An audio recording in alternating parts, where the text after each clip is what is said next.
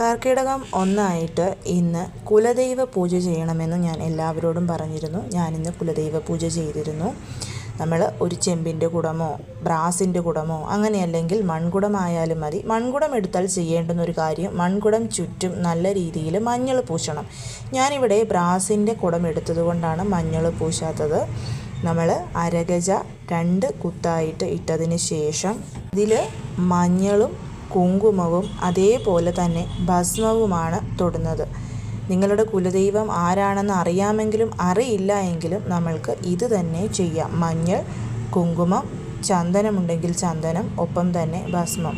അതിനുശേഷം ആ കുടത്തിലോട്ട് നമ്മുടെ ആഗ്രഹം പ്രാർത്ഥിച്ചുകൊണ്ട് 3 പിടി പച്ചരിയാണ് ഇടുന്നത്. നമ്മുടെ കുലദൈവത്തിനോട് ആഗ്രഹം പറഞ്ഞ് 3 പിടി പച്ചരി. അതിനുശേഷം 1 രൂപയുടെ 11 നാണയങ്ങൾ നമ്മൾ എടുക്കണം. ഓരോ നാണയവും നമ്മുടെ പ്രാർത്ഥനകൾ പറഞ്ഞുകൊണ്ട് അതിലോട്ട് സമർപ്പിക്കുക. അതിനുശേഷം ആ പ്രാർത്ഥിച്ച പ്രാർത്ഥന ഒരു പേപ്പറിൽ എഴുതി ആ ഒരു ചില്ലറയുടെ മുകളിലായിട്ട് നമ്മൾ വെക്കണം. വെച്ചതിന് ശേഷം എന്തെങ്കിലും ഒരു പൂവ്, മുല്ലപ്പൂവോ എന്ത് പൂവുമായിക്കൊള്ളട്ടെ, ഞാനിവിടെ നന്ദ്യാർവട്ടത്തിൻ്റെ പൂ കൊണ്ടാണ് ആ കുടത്തിനെ അലങ്കരിച്ചത്. അതിന് ശേഷം ആ ഒരു കുടത്തിന് മുകളിൽ ബ്രാസിൻ്റെയോ മണ്ണിൻ്റെയോ ഒരു തട്ട് വെച്ചിട്ട് അതിന് മുകളിലായിട്ട് മൺവിളക്കായാലും മതി. ഞാനിവിടെ ബ്രാസിൻ്റെ ഒരു കുഞ്ഞു വിളക്കാണ് കത്തിച്ചിരിക്കുന്നത്. നെയ്യൊഴിച്ച് തന്നെ നമ്മൾ ദീപം തെളിയിക്കണം. കിഴക്കോട്ടായിരിക്കണം ദീപത്തിൻ്റെ ജ്വാല.